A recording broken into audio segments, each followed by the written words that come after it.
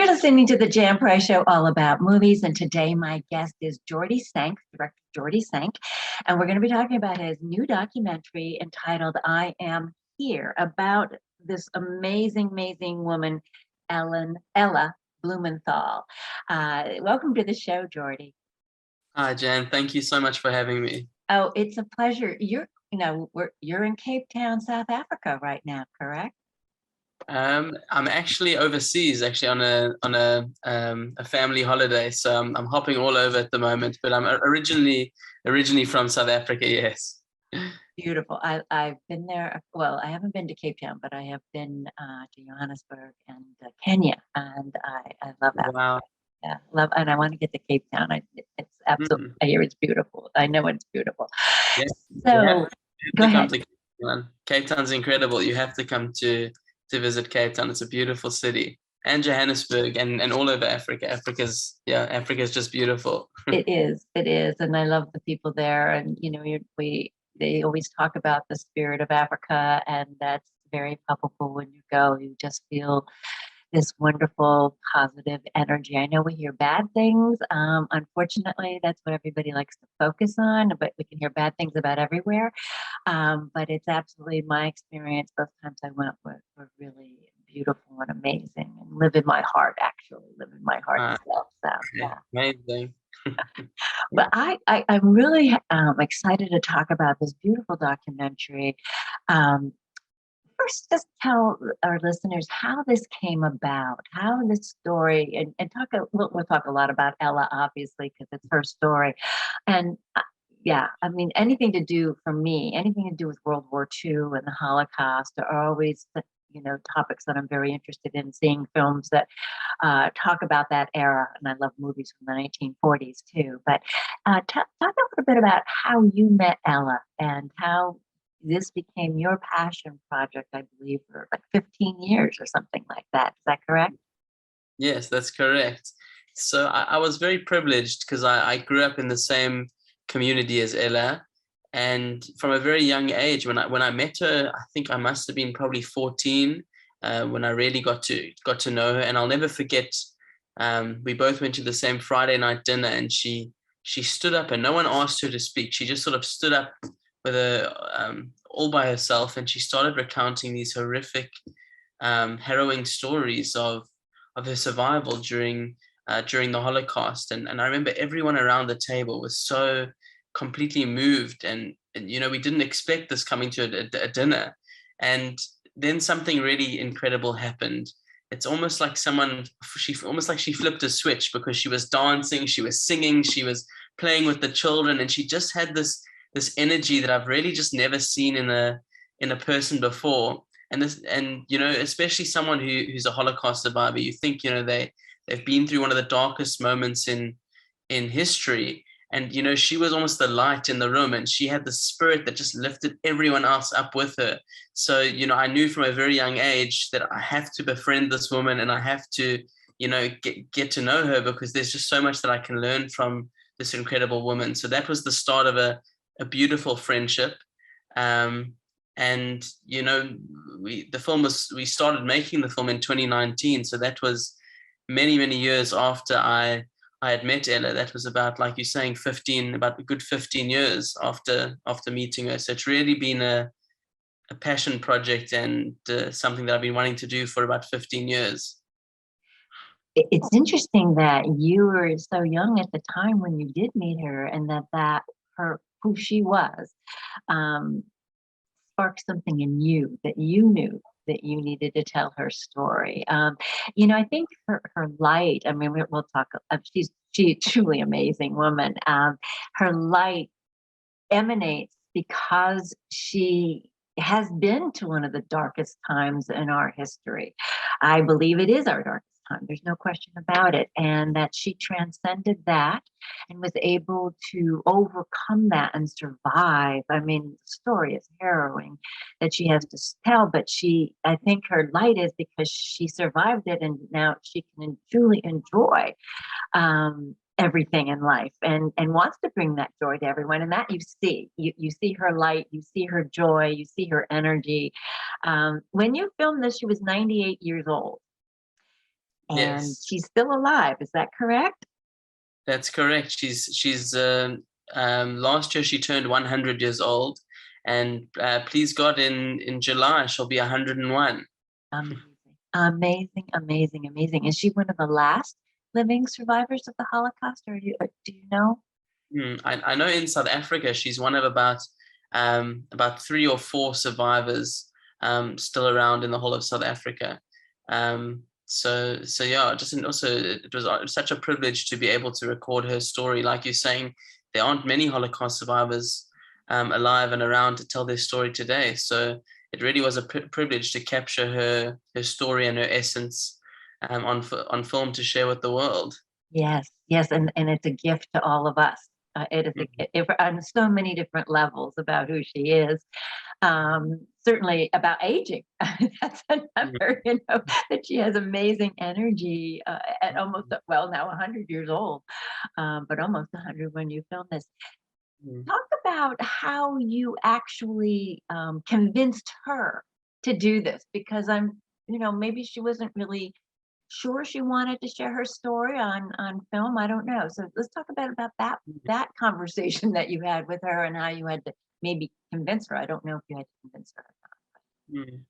So I think because I had such um, a relationship with her after many many years of knowing her and meeting her and talking with her, it was a lot easier than I think if someone, if a filmmaker had approached her without the relationship. So it was a few conversations with her about making the film, and she was from the get-go she was very excited about it, because I think she knows the power that and the impact that films can have. And she's dedicated really a lot of her life now to speaking with schools and groups and just trying to meet as many people as possible. And I think she realized that a film like this with her story and capturing a bit of her essence can really really go a long way and spread it to audiences around the world and make a massive impact. So she was really really game and on board from the beginning. And it's funny because one of the things that she wasn't necessarily on board with was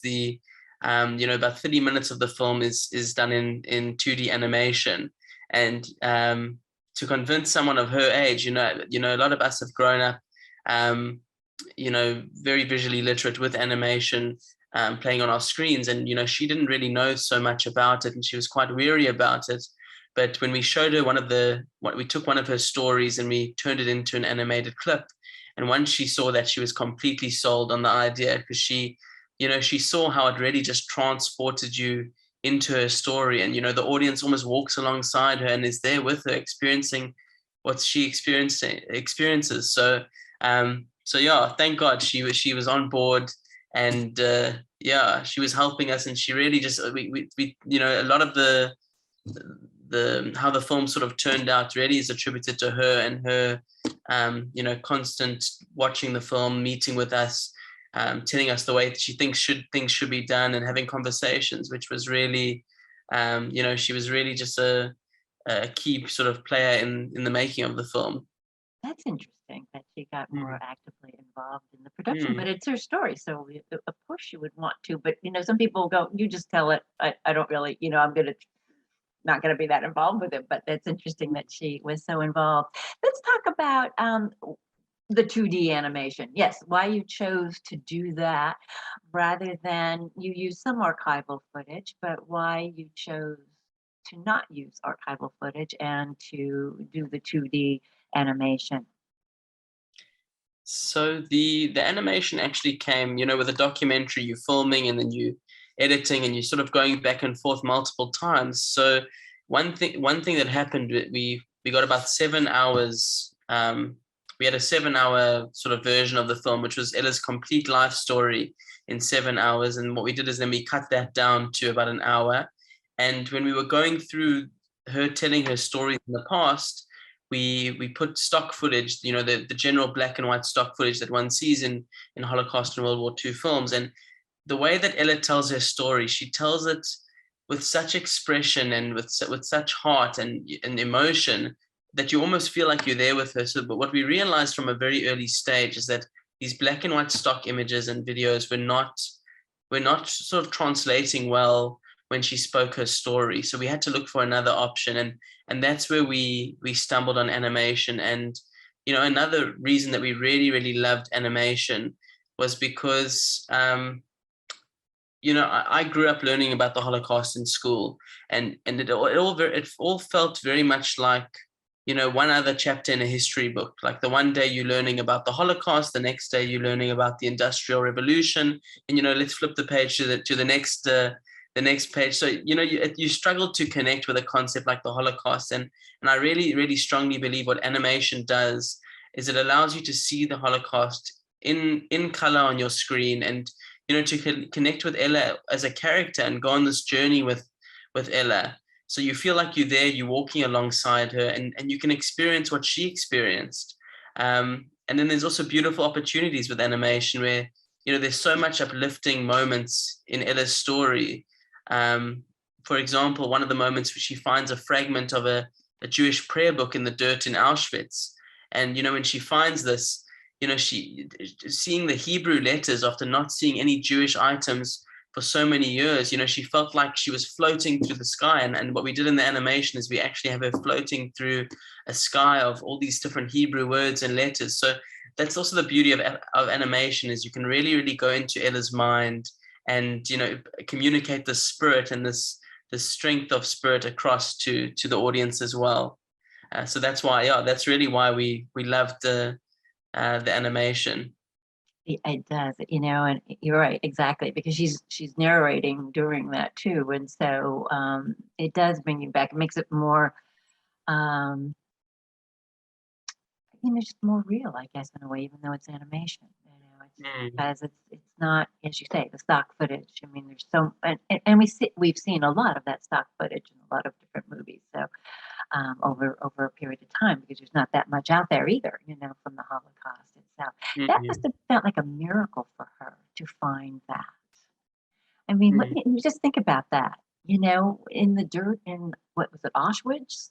Because she went to several different camps over a period of time, and to have found that just there, I mean, and completely intact, right? It was completely intact. Yeah, so it was one full page that either probably must have been torn out the book that was buried in the dirt there. So yeah, it's almost indescribable what she must have felt like, really, after 2 years or 3 years of being in the camps and not experiencing any sort of Jewishness or being able to express her religion and her faith. To see that must have been like striking gold or finding a diamond in the rough. Right. I was curious to see, how did she hide it? I mean, because if somebody had found her with it, I don't know what would have happened to her. How did she hide it? So she always tried to keep it on her person. So I think she would crumble it and she hid it, in her in one of her shoes, and then when she knew that she was going to be searched or had to go into a shower, she would try and hide it under the bunk in the bedroom that her and the 100 girls that she shared the bedroom with were staying at. So yeah, it's a miracle that survived as well through all of it. Because she has it. She still has it. I'm sure it's framed and everything, in a special place. Yeah. But she still has it.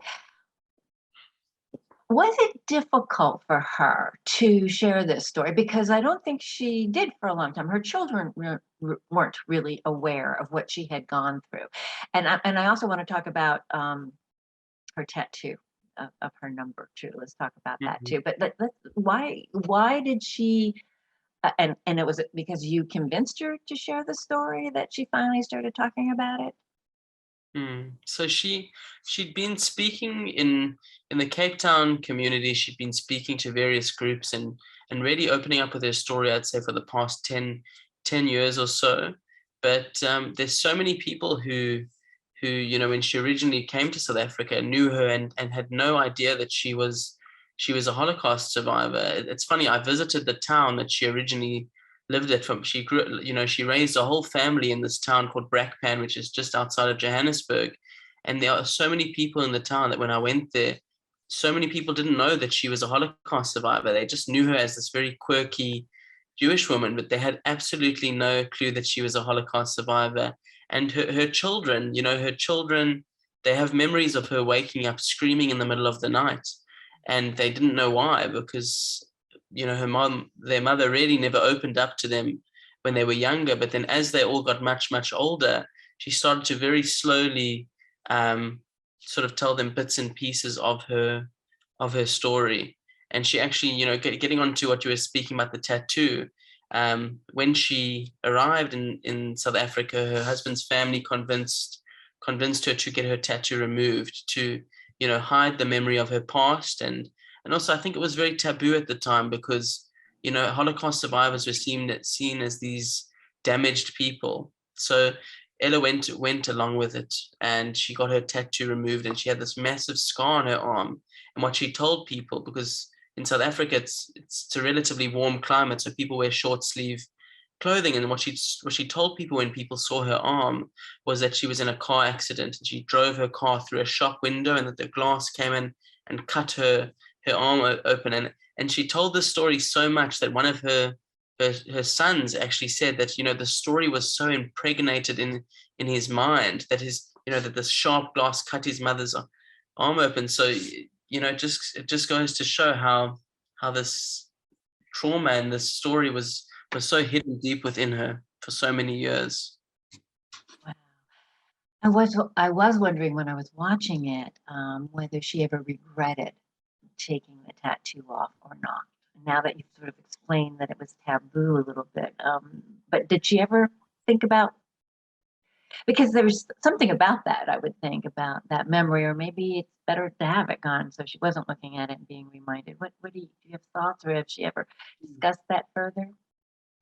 Yeah, she hasn't directly discussed it, but I think, there is a part of her that does regret it. I think, I think she's, now that she's telling her story, and that metaphorically her scars of, after telling her story and opening up so much about what she's been through, I think it's been quite a cathartic experience for her, and her sort of internal scars have healed in that sense. So I think there's a part of her that really does regret removing it. But like you said, I think, having to look every day at this number, I think that's maybe something that she does, on the other sort of side, that she doesn't regret having it removed. So, And I guess yeah. back then they didn't have that. Today they have obviously better technology to remove Mhm. tattoos, and sounds Yeah. like the kind of technology they had back then was horrific to Mm, create that kind of scar on her arm. I have mm, to tell you, I had a lump in my throat the whole time I watched this movie, and I cried numerous times. So I just want to say it was very emotional, and but beautiful, because she is such a true inspiration, no question. And her energy, my gosh, she was 98 when she did this, and she had just tremendous energy. I did read in the researching this movie that she went into the pool to swim, and you had asked her to do 2 laps, just to get that on film, and she did how many laps? yeah, she did. She wouldn't have it. She was 98, and I was like very worried. You're putting a 98-year-old woman in the water, and I said just do 2 laps, and we'll take a breather and we'll relax, and then we'll see how we go, and we'll film the rest. And she said not a chance, and she jumped in this water and swam 10 laps, and we were actually struggling to. The whole crew was struggling to keep up with her. So yeah, it's just incredible, her energy and her spirit. Just it's absolutely remarkable. Truly is. As I said, she's just an inspiration. That's why everybody should seek out this film, I Am Here. And let's talk about what that means, why you picked that particular title for the film. So the title of the film, it's something that came about by spending a lot of time with Ella, because whenever she needs to muster up strength, she, when she's standing up from a chair, and she pulls herself up and she musters up strength, and she says in Hebrew, she says, Baruch Hashem ani po, which translates to English as thank God I am here. So after hearing that sort of mantra repeated over and over again. We thought, wow, this, her saying I am here is quite a powerful thing, because it's something she always says. And the Nazis tried to destroy her, and she's here. She's living in the present. She's proud of who she is, and she just lives this remarkable life. And also there's another incident that happens in the film where this Nazi guard in Auschwitz, he looked at her tattoo, and he said to her, because she had quite an old number on the tattoo, he said to her, "Are you still here?" Sort of mocking her, saying, "Are you still here? Are you still alive?" And this is Ella's response to that Nazi, saying, "I am here. I'm still alive. I'm still going." So we thought it was just such a pertinent title. She did. I mean, it's amazing how she escaped death so many times. I mean, truly, because she was on the way to the gas chamber. I don't know how many times, but I know at least how many was it, because it was a lot. It seemed like she was headed towards death a number of times. God was definitely watching over her, definitely. So she could share this story. And, Jordy, I hate it, the fact that, at this period of time, that her story is more important than ever, with the rise in anti-Semitism around the world, not just in America, but you're seeing it all over, which I don't understand. The people who are denying the Holocaust, it just boggles my brain. I just can't fathom why people are doing that. Do you have any insight into that at all?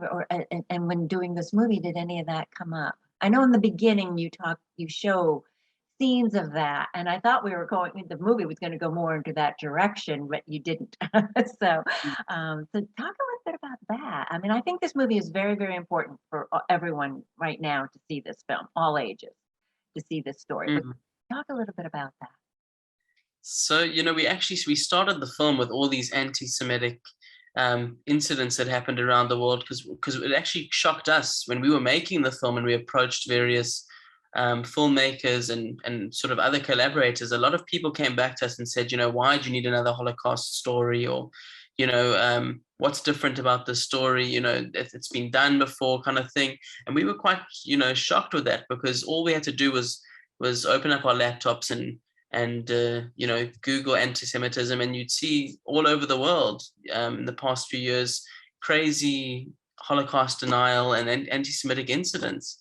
And it's really, like you said, it's on the rise. So we were shocked, and that's why we really felt like we had to start the film with those incidents, to show that this is not an old story. Unfortunately, people have not learned from history's mistakes, and it's pertinent now more than ever, with what's going on between the Russia and the Ukraine. People don't, they haven't learned from history's lessons of what hate, and what the dangers of what hate can really do. And what Ella's message is in the film, it's a message of global love and understanding. She says we must meet, if you have someone who has an opposing view to you, or a different belief, meet with them. Talk to them about what's different, and what you'll find is that there's far more that unites you than divides you. And through communicating, you'll build understanding, and through understanding, hopefully there'll be some sort of a love that is built. And I think it's so pertinent and relevant in the world today, because we really, really all need to, and especially future generations, need to learn this message from Ella, so that we can hopefully live in a better world.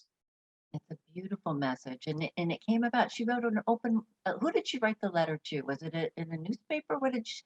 Because she wrote that letter, something about wrote a letter that was discussed in the film a little bit. Where was that? Did she publish it? How did that letter come about?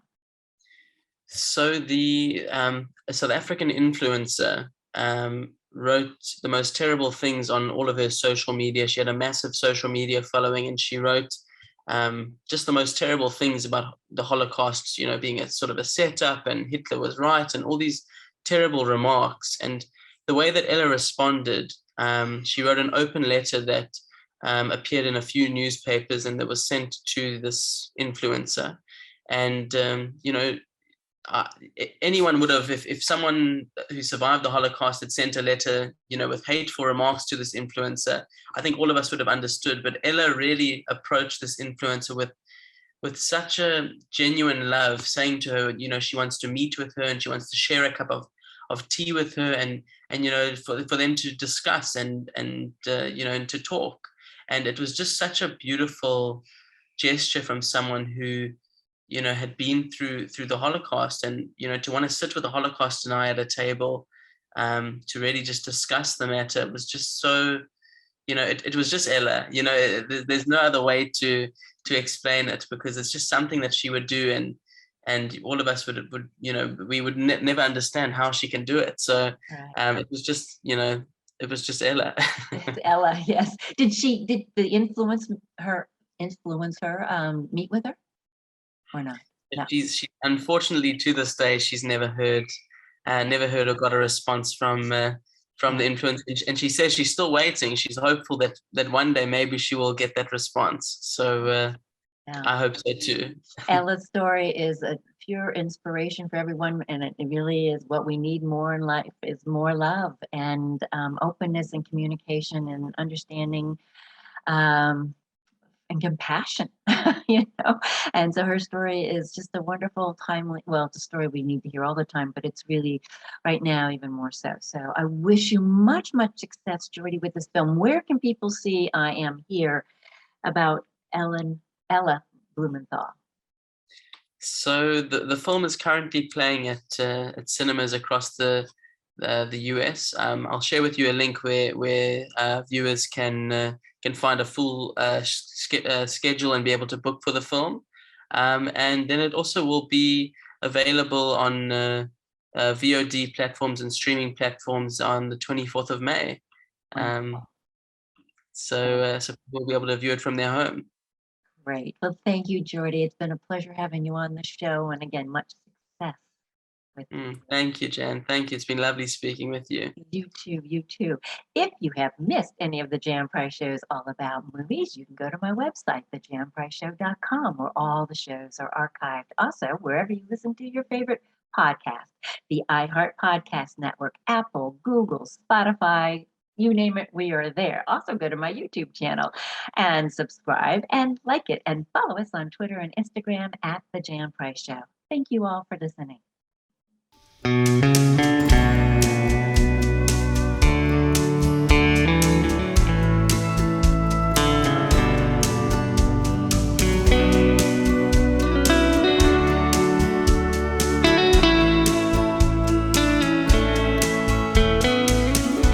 I listen to iHeartRadio, what essential voice.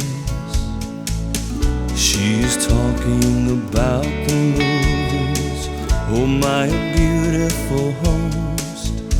Your picture is posted, really got the best of me. Great smile, blue eyes, blonde hair flowing in the breeze. Makes me want to say hello, the angel I see. Maybe only in my dreams that this can be. If I made a movie, you'd be the star.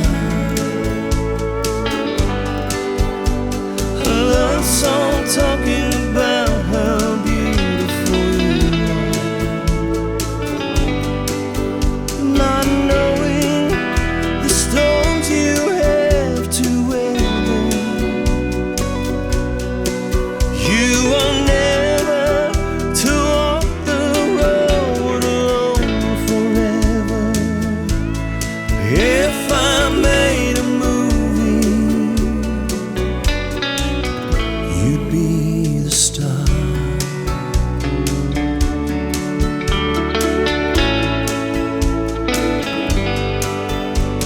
You talk to so many in your daily life.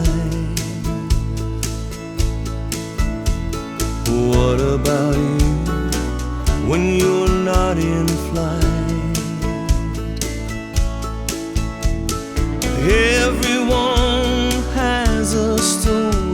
some days dark, some days bright. Your smile makes me feel that everything is alright. It all begins as a friend till your heart gets brought in. We all want to live love, that special one to find. If I made a movie, you'd be the star. A love song talking about how beautiful you are. Not knowing the storms you have to weather, you are never to walk the road alone forever. If I made a movie, you'd be the star.